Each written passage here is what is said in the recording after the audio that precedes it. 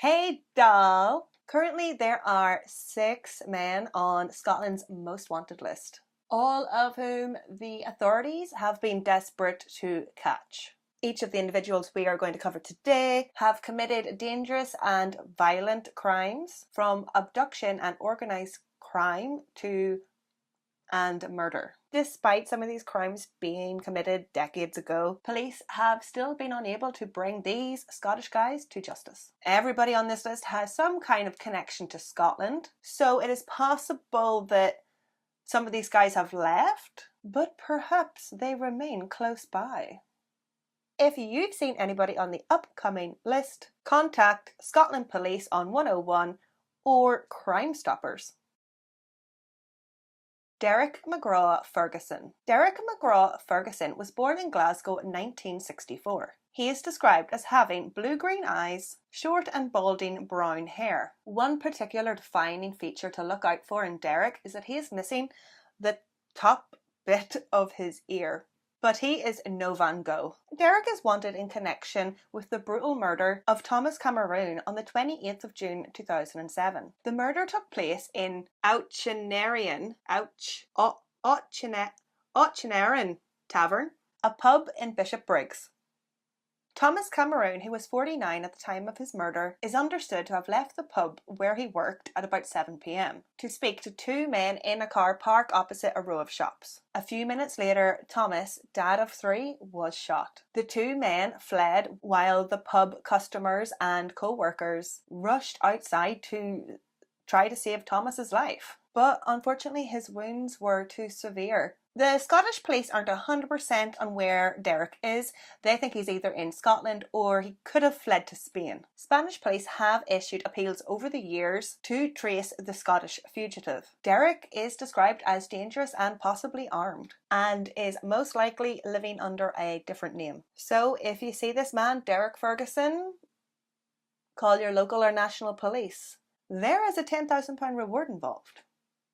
Now you're listening. The Gillespie brothers. The Gillespie brothers from Rutherglen are on Scotland's most wanted list, being pursued in their roles over serious organised crime.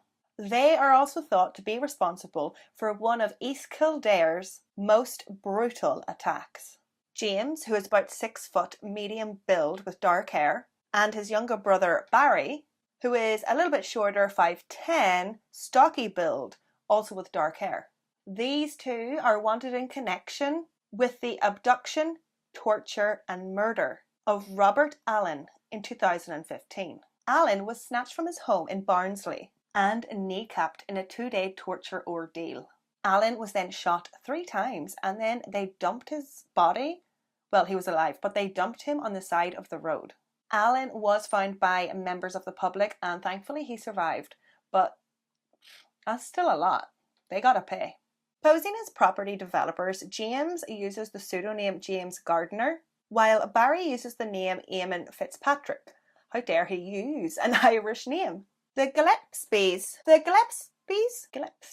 are part of a group of Scots being hunted as part of a major international investigation into drug trafficking, money laundering and illegal weapons. The Gillespie brothers have been accused of heading Scotland's biggest and richest organised crime gang.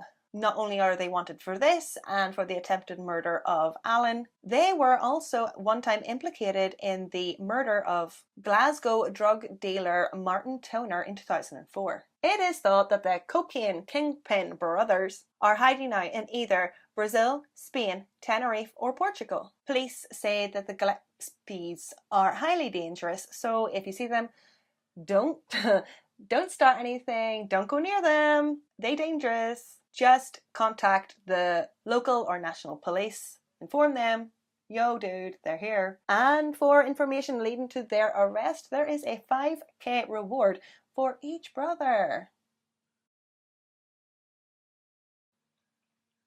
Rezgar Zingana. Rezgar Zingana is wanted for the assault of a 25-year-old woman after he was convicted in the High Court in Glasgow in 2008. He posed as a private hire taxi driver.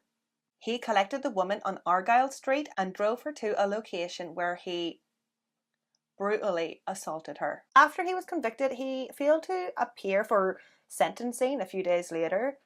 Like, why was he let go? So he fled and is still on the run today. He is said to be using other names such as Abdul Qadar, Rashir Ahmed, Saeed Wak, and Ali Kerman. And he is around 6 foot. Also, he could be in the Netherlands or in Turkey.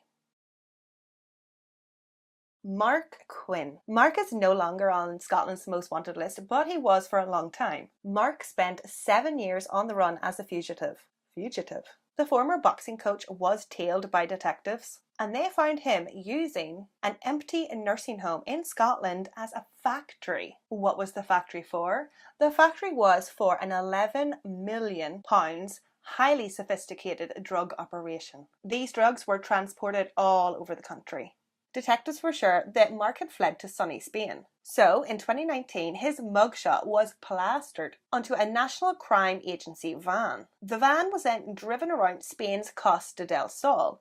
Not a bad idea, right? Unfortunately, that did not work. He ended up being arrested in 2022 in Holland. Mark Quinn denies all allegations. He says he is not a drug trafficker. He was just trying to turn the nursing home into luxury apartments. Yeah, right.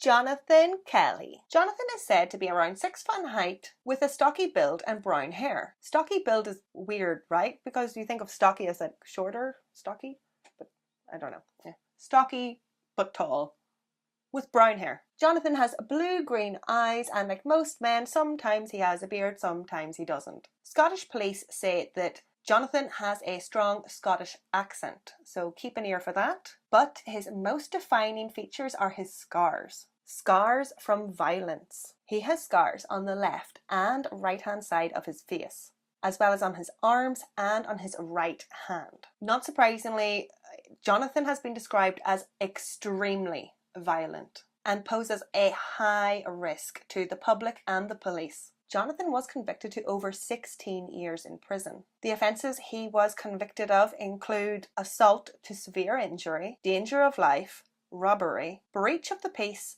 and permanent disfigurement.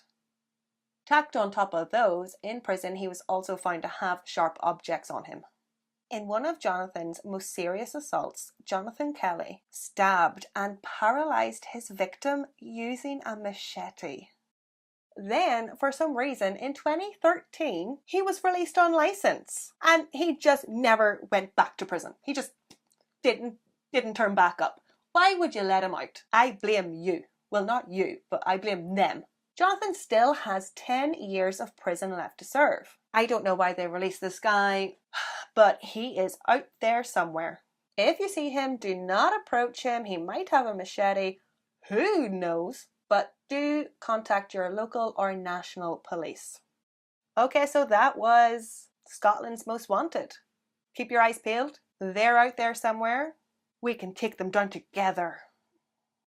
Welcome to Wales Most Wanted. I had a few angry Scots in the comments of my last video correcting the mispronunciation of like places and surnames.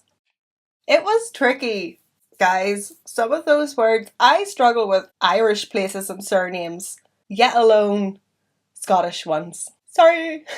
But God help me today because we are in Wales and I have narrowed it down into the top 6 most wanted, like interesting cases. And with the last person on this list, there's a car chase. So exciting. Police in Wales are looking for a number of people who are wanted in relation to a series of alleged crimes. Alleged. Officers are asking for members of the public to come forward if they have any information on the whereabouts of these people. Call the police on 101 or you can call CrimeStoppers anonymously. Dean Mays is in his mid-30s. Dean Mays from Abercrave, Poiths. He is wanted in relation to an alleged assault involving a corrosive substance on the 10th of December 2002. However, there is a twist. After the Evening News reported the story, Dean commented on the police's Facebook profile Well, on their post, they put up a post saying that Dean was wanted. And he commented. Dean said, "Hey, it's me again. Come and investigate the criminal damage and burglary and I will come and see you. I have been telling you this since December. You want me to come in about this poor victim who has been allegedly assaulted whilst in my garage after he kicked the door off. Yet you don't want to arrest him for burglary because poor him, he got hurt. If he wasn't breaking in and trying to steal my stuff, this whole apparent incident would never have happened. Putting out a wanted poster of me, but letting a known violent criminal walk around freely, no wonder nobody has respect for the police anymore." Twist, eh? What a twist. He's ballsy. Now, of course, we don't know the whole story, but I do feel for Dean. He does have a right to protect his property. But just how bad was the acid burning? Did he just burn his arms? Is it just going to be an ugly scar? Or did you throw it in his face? Like, is this guy blind, Dean? Like, how far did this go? Also, why do you have acid in your garage? I find cases like this so interesting. Anyway, Dean has links to the Poythes area, as well as London, Kent and Hampshire. So this is what he looks like if you see him. Contact your local or national police, or you can anonymously call CrimeStoppers. Leon Wells. Leon Wells is in his early 40s from Aberystwyth in Kerry. Leon has breached his licence conditions following his release from prison on January 28th, 2022. He has now been recalled to prison, but he just hasn't went back. He's out there somewhere. Leon was given 3 years in prison in 2009 for manslaughter after punching Alan Brown, father of 3, in an unprovoked attack outside a pub. Despite best efforts, Mr. Brown never regained consciousness. Since Leon's initial conviction and being in prison, he has become involved in organised crime and has been in and out of court and in and out of jail for years. Isn't that what they say about prison? It's like con college. They go in and they learn how to be better convicts, criminals. In February 2020, Leon forced his way into a woman's house and assaulted her. I'm not sure what kind of assault this was. Then in April 2020, he was sentenced to 4 offences, including assault and criminal damage. Now, I'm not sure why he wasn't in prison at this point, but then in November 2020, found in his Mercedes was an unallowed burner phone. On it, he was using Facebook cryptic messages to cooperate with known criminals. The ex-soldier who served in the Balkans and Sierra Leone is still at large. So, keep your eyes peeled for Leon Wells. Our only woman on today's list, Carly Tuft. Carly Tuft was on Wales's most wanted list, but has been caught recently. Carly vanished. She was on the run for 6 months after being convicted of causing serious bodily harm. What happened? In Newport, Wales, February 2021, 33-year-old Carly was throwing a rager party. The drink was flowing and the coke was snowing when Bianca Beaumont and a friend landed at Carly's flat in the wee hours of the morning. Carly knew the girls, so let them in, where they met Carly's boyfriend, 31-year-old John Jackson, who was staying in the flat at the time. Bianca, isn't she so pretty? Bianca must have been getting to know John and were like chatting and laughing or whatever when Carly flew into a rage, wrongly accusing the 34-year-old Bianca of flirting with her man. The two women argued, then Carly downed a drink, took a hit and grabbed a kitchen knife. Then, in front of John, slashed Bianca across the face, slashing open her cheek, nose and lip. John then grabbed the knife and instead of helping the poor woman, he threatened Bianca, a single mother, saying, if you tell police that Carly did that to you, if Carly gets locked up or goes to jail, I swear to God, I will slice your kids up worse than you are. You will not have any kids. Dude, what the fuck? So intense, man. Bianca tried to leave the flat as she was obviously in need of hospital treatment. Like, she had to go to the hospital. Carly and John tried to stop Bianca from leaving, telling her that she better tell police that she was slashed in the street by a randomer. Bianca finally, she did get to leave and get treatment, but did tell the police the true story of what happened. The next day, Carly and John acted like nothing had ever happened. They didn't even send Bianca like an apology text or tried to smooth things over, no kind of bribery. They just went to Carly's mum's house and had Sunday dinner. Although Carly Tuff didn't show up to court, she was still convicted of wounding with intent and convicted to 6 years and 6 months in prison. Bitch. John Jackson was convicted of making threats to kill and sentenced to 4 years in prison. But there was no Carly. She had just took off into hiding. And there was a literal manhunt for her.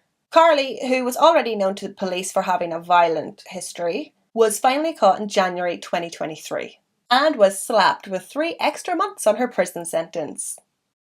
Bitch. And as for poor Bianca, she is really worried that this is going to be a permanent scar, a permanent disfigurement. Oh girl, I really hope not. Get well soon and look after yourself. Get some bio oil, that's meant to be good. Artan Palucci and Eldon Elise. Tomas Waga's body was discovered at approximately 11:30 p.m. on January 28th, 2021 in Westville Road, Penlan, Cardiff. 5 men have already been charged in connection with Tomas's death, but these 2 Albanian nationals still remain at large. Artan Palucci and Eldon Elise are both wanted on suspicion of murder. South Wales Police have appealed to the Albanian community in the UK and abroad to assist in locating the men. There is a reward of £10,000 to anyone giving information that will lead to their arrests. If you know or have seen these men, you can anonymously contact CrimeStoppers. There's another thing you can look out for. A number of vehicles have been seized, but police are still looking for a silver grey Mercedes C200 Sport with a registration number BK09 or BX. The Mercedes, which has links to the investigation, could contain vital evidence to solving the murder. It was last seen in Cardiff on the day Tomas's body was found. In July 2019, Amrapal Tandy has remained at large after fleeing police on a 13-mile car chase, going 120 miles per hour in a built-up area.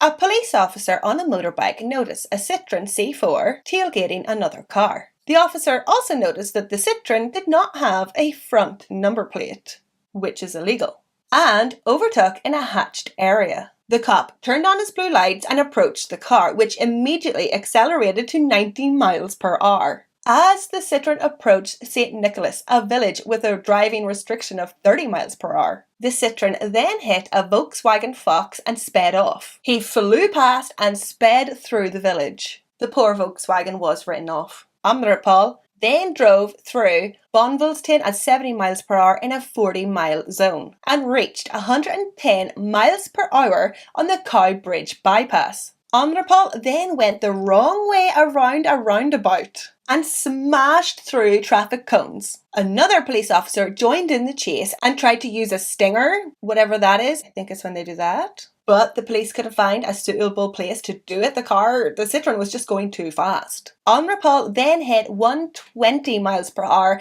as he bombed down the motorway, straddling 2 lanes and never dropping below 80 miles per hour. Narrowly avoided a collision at another roundabout, then undertook a lorry and sped towards Bridge End town centre. Then the Citroen's offside wheels hit the central reservation, puncturing the tyres. But he kept driving. Driving at 45 miles per hour, he swerved and struggled to maintain control of the car.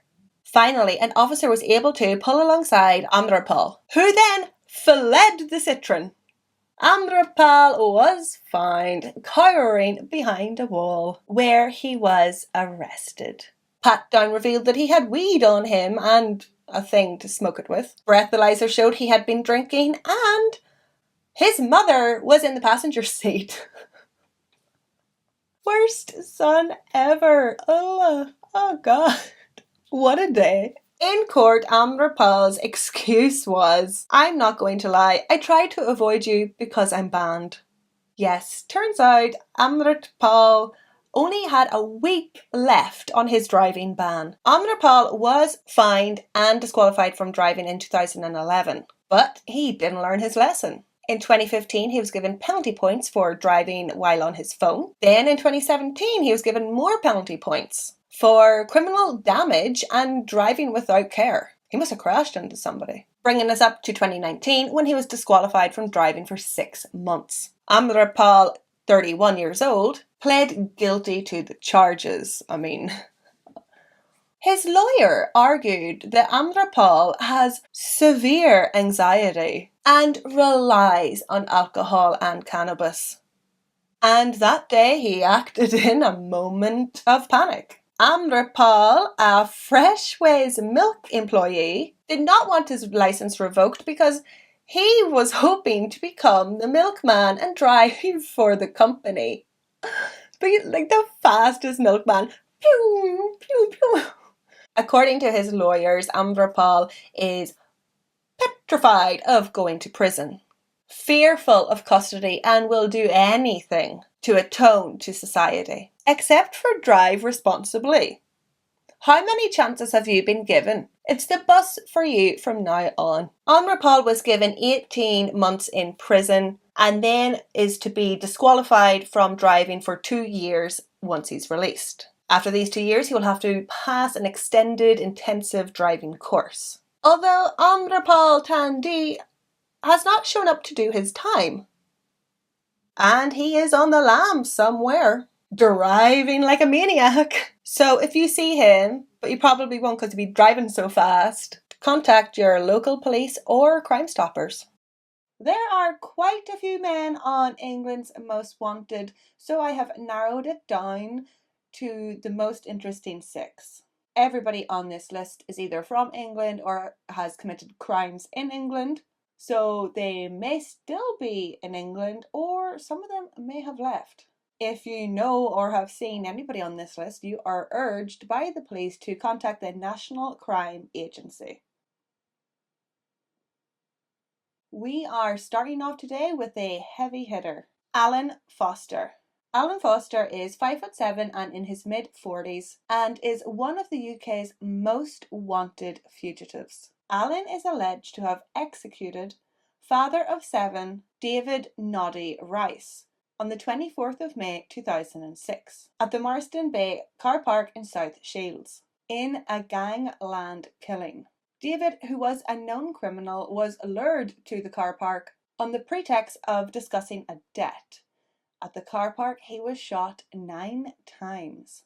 In the months following the murder, a number of Alan's associates were jailed, including a corrupt police detective who was given 5 years. This cop served as Alan's eyes and ears. He repeatedly accessed Northumbria's police computer records to pass on information to Alan in return for cocaine and sex workers. Another associate admitted luring David to his death, but denied actually firing the gun. He was sentenced to life in prison, and the driver of the getaway car was jailed for 4 years. But police are still hunting suspect Alan Foster, who is known to use the alias Sean Michael Wilkinson. Police think that Alan has left the UK and is hiding out in Spain, but if he's not there, he does also have links to the Canary Islands and Majorca.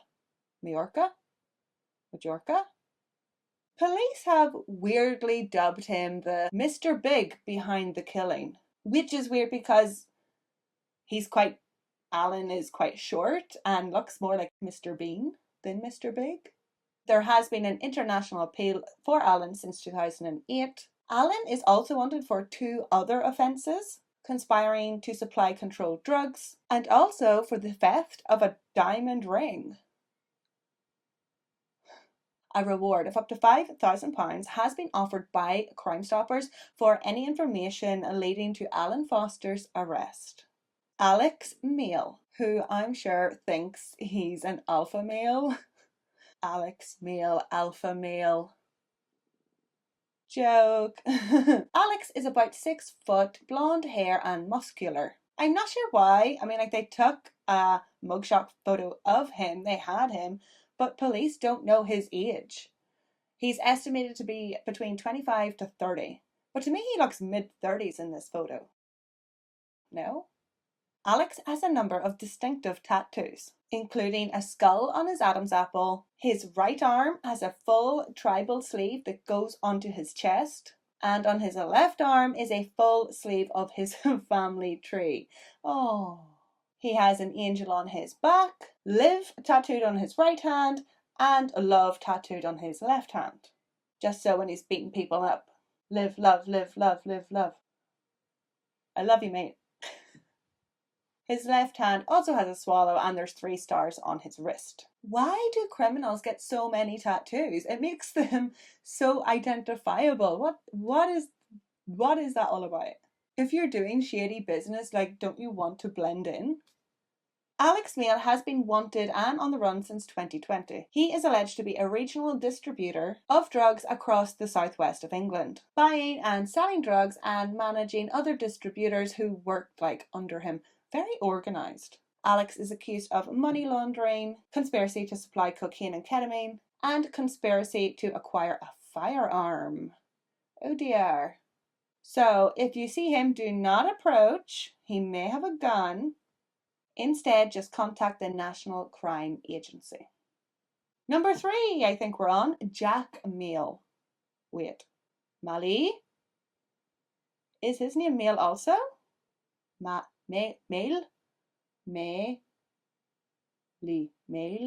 Malay? Jack is from Croydon. He is in his early 30s, 5'11" and an avid gym goer and so quite muscular. Jack also has tattoos. His left hand says money never sleeps, 1220, and a small heart, whatever that is all about. His right hand has the tattoo of an eye with hands around the eye, and I don't know if it's in the eye or outside the eye, but he also has the word littles tattooed. Jack's back is also tattooed, and his neck is tattooed with warriors and religious figures fighting on horses. Nah. On both hands, on his fingers, he has the words trap star. Trap star. And I looked this word up. I was like, what the hell is a trap star? And I looked it up, and apparently it is, or it was, a popular clothing brand from London. I never heard of them. Jack is also wanted for drug trafficking in suspicion of the supply of MDMA, diazepam, and methylphenidate, which is a pharmaceutical drug. Jack allegedly ran a drug line, not a ring, a line, in South London and Surrey called Flavor Quest. At Flavor Quest, he worked with a dark web drug dealer, buying and selling drugs between each other for onward sales through their respective drug networks in southeast London. Together they sold LSD and pharmaceutical grade medication. Jack was arrested and charged, but it's drugs, so he got out on bail, he was released, and then he fled. Police think that Jack has probably changed his appearance somehow. So take another look, keep your eyes peeled, and again, don't approach this guy. This guy, Jack, is known to carry weapons and have weapons in his house. And get this, he's vegan. You don't expect organised criminals to be vegan. Keep your eyes peeled. We have a financial scandal on our hands for this one. Big finance. Ersin Mustafa. I think I'm saying that right. Between 2006 to 2008, Ersin is believed to have been involved in insider trading with 7 other individuals. Why do they never trade with me? This happened while Ersin was employed by infamous bank, the London branch of JP Morgan. At the investment bank, Erson managed the secure printing room. Although it doesn't seem to be very secure, Erson was allegedly able to obtain confidential documents from the printers, as well as information about future acquisitions and mergers, all from the bank's printers. This is illegal. Not only was he stealing and sharing information from JP Morgan, he was also stealing information from a multinational investment bank where his brother Ali Mustafa worked. Erson has been accused of playing the pivotal role in sourcing, printing, and distributing the market-sensitive information. This information was obviously given to other people and traders who used it to invest. Over a 2-year period, the group made approximately £2.5 million in criminal profit. But I mean, like Wall Street, that's like a drop in the bucket now. I mean, those guys lose that every day. Not that you should just go in there and just like break the law. In July 2008, Erson was arrested and then released on bail. He then failed to turn up to a police interview a few months later, and it is believed that he fled the UK in December 2009. The last place we knew he was in the Turkish-occupied northern Cyprus. His brother Ali Mustafa and 5 others were sentenced to jail terms, but Erson Mustafa is still at large. Erson is quite short, coming in at only 5'4", so he should be easy to spot. He is a stocky build with dark hair. He is not violent or physically dangerous, but police are still looking for him, so if you see him, give them a call. Kevin Thomas Parle. Kevin Parle is sought in connection for 2 murders in Liverpool, and he has been on the run for about 20 years. Detectives on Merseyside want to speak to Kevin over the shooting murders of Liam Kelly and Lucy Hargraves. Liam Kelly was just 16 when he was shot dead on Grafton Street, Dingle, in 2004. Kevin was questioned in connection to this murder, but he was released on bail. The following year, in 2005, a 22-year-old mother, Lucy Hargrave, was shot while she slept on a living room sofa in her Walton home. Petrol was then poured around the room and the house was set alight. This murder is thought to be a case of mistaken identity. Nonetheless, Kevin is their main suspect and police want to talk to him. This guy, Kevin, sticks out like a sore thumb. He is 6'6", with short ginger hair, shaved, and goes by the nickname Hemp. Cool, man. Really cool. Hemp.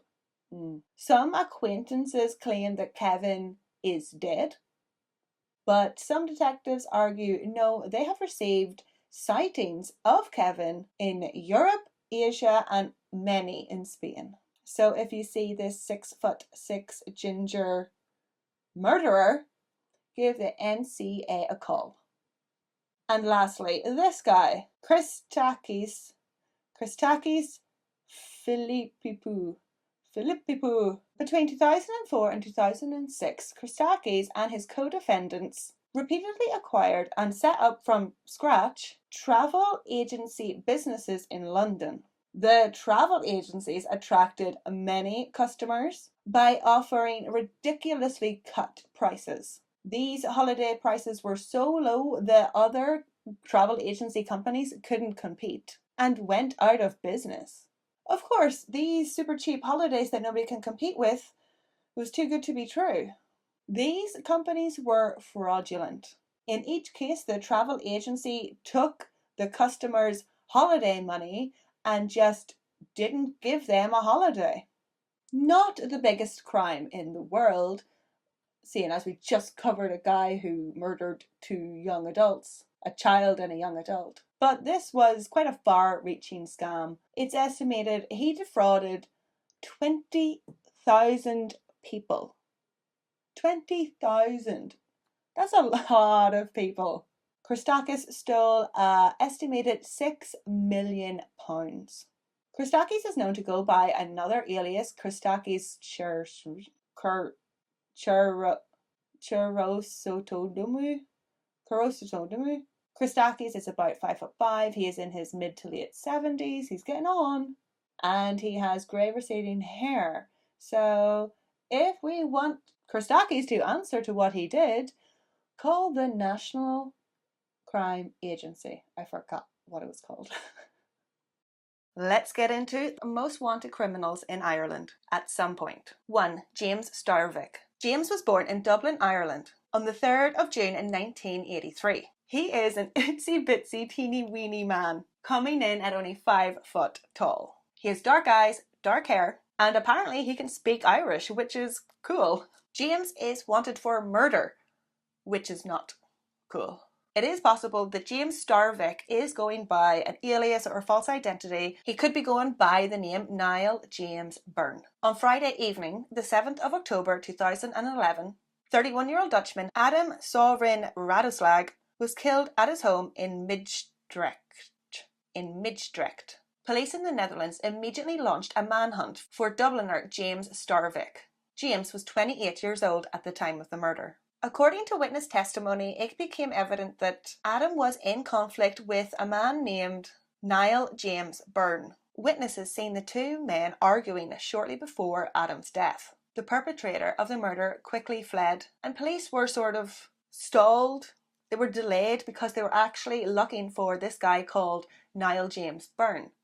But upon investigating him, they found out that his name was actually James Starvick. So take a good look at this guy, James Starvick, or Niall Byrne, because he is Ireland's most wanted man on Interpol. 2. Viktor Kozny, aka the Pirate of Prague, was born in the Czech Republic on the 20th of June in 1963. Viktor is a fugitive businessman who also has Irish citizenship. When Viktor was last in prison for financial crimes, it turned out that he had 6 Irish passports. At least, that's what they got off him. Viktor has been running from the US and the Czech authorities since 1999.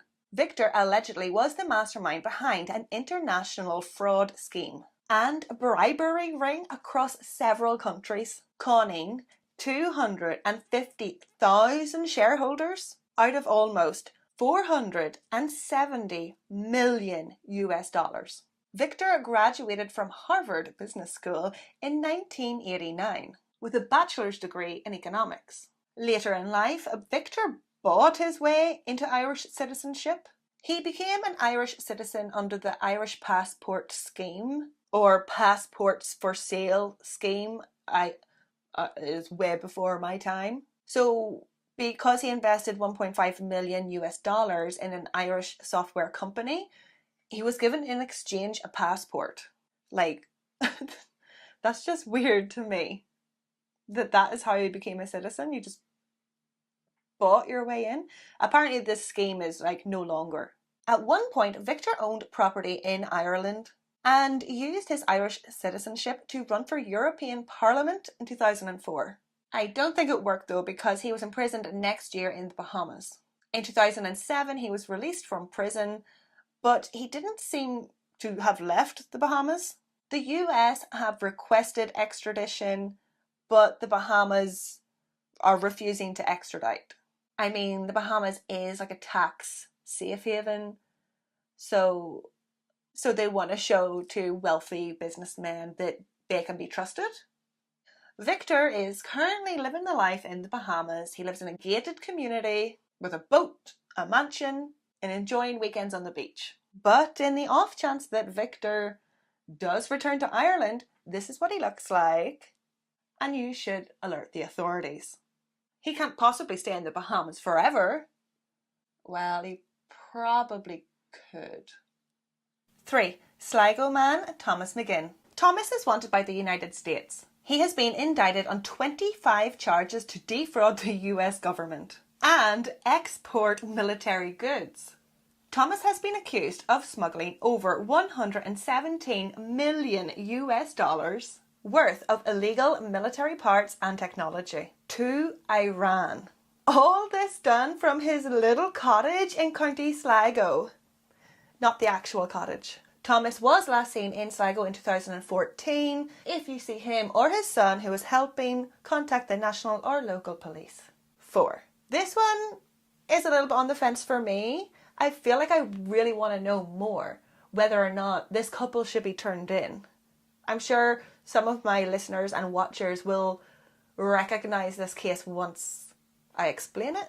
Ethel Mary Blake and Timothy Blake have been wanted in the US since 2004 for kidnapping their 9-year-old grandson after visiting their daughter who lives in Chicago. Ethel and Timothy took their grandson Dylan out for lunch and then just went back to Cork. See, this is when it gets a little bit tricky. See, the High Court in Ireland, they denied extradition to the US. Dylan's mother, Serena, who has 6 children, said that her parents tricked her into letting Dylan leave the house, go for lunch without her. Serena said that her parents, Timothy and Ethel, made hurtful accusations against her new husband and Dylan's stepfather, who is in the army. The row between the families revolved around Dylan's new military style and a buzz cut haircut. Dylan's grandparents were not happy that he was then given his stepfather's surname. Timothy and Ethel said this whole act has been completely out of love for their grandson,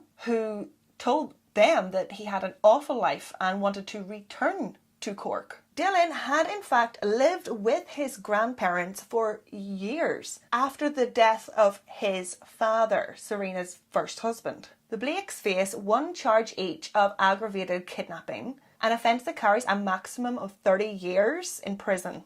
The latest article I could find on this case was in 2008. I couldn't find any updates, and it is possible that Dylan is of age now to decide, like he's an adult now. I don't know what happens, like if anybody knows what happened in this case with Timothy and Ethel and Dylan and Serena, like did they all make up? I don't know, somebody tell me in the comments. 5. Michael Eugene Kelly was a priest from County Tipperary. He was living in California when he fled California after an arrest warrant was issued. He was wanted for child sex abuse charges. 3 former altar servers have come forward with allegations. In 2012 in California, one of his victims won a $3.75 million lawsuit, civil lawsuit against him. Michael left the US within 24 hours after the settlement was agreed, before he could be arrested on criminal charges. When he arrived in Ireland, Michael was also arrested and convicted on possession of child pornography. In Ireland, he was sentenced to 3 years in prison. So he's out now. I don't know if he was extradited back to the US. I couldn't find anything more about it. But if he did go back to the US, or if he does go back to the US and convicted, he could serve 14 years in prison. 6. If you see this guy, Turan Zaman, I know it is an awful picture. Turan is an Irish national but born in Pakistan. He is wanted for murder in Pakistan. The latest article I could find about him was in 2015. I don't know if he was caught, but if you see this guy, contact your local or national police. 7. Connor Vincent de Monte. He's kind of cute. Connor is a Canadian-Irish national. He was wanted over his role in the 2009 gang shooting of Kevin LeClaire, a gangster in the organised criminal mob, the Red Scorpions. Connor is an alleged member of a very feared gang in Canada called the United Nations. Where do they come up with these gang names? Canadian authorities said that the United Nations gang, like the name, comes from the diverse ethnic origins of the gang. Like they're all a mixed bunch. Its members include Canadians of different descent, European, Asian, Eastern and Iranian origin. So basically this gang will take anybody. I thought the point of a gang was that it was hard to get into a gang. Connor was on the Interpol Most Wanted Red Notice. Connor was a fugitive for 11 years until he was caught and arrested in Puerto Rico in 2022. He had been living there for years under an alias Johnny Williams. Is he trying to sound like a cheap bottle of whiskey? Johnny Williams? He had many aliases, apparently. In Puerto Rico, Connor spent his days playing beach tennis, whatever that is, and volunteering. Oh, aren't you just so giving and selfless, you murderer? So he He was volunteering at a charity as a volunteer beekeeper. It's just so random. And get this, so the charity was called the Karma Honey Project. Like karma came back and got him. And honey to me reminds me of like a honey trap, like that police do to like snare gang members and criminals. Also, I love how Connor's all passionate about the bees. Save the bees, but fuck the red scorpions.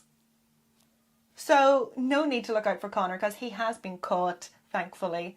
But yeah, that was a couple of the people, Irish people, or well, people with Irish citizenship anyway, who were Interpol's most wanted. I want to say a big thank you to the Patreon supporters of this channel and podcast. Thank you, Renee, Stephanie, Emer, Justin, Vicky, Deborah, Jem, Toya, Laura, Jason and Terry, Sydney and Andrew, Karen, Leanna, Sarah, Angelina, Lou Marie, Sarah B, Kirsty G, Francesca, Sean. I don't think I forgot anybody. I don't think.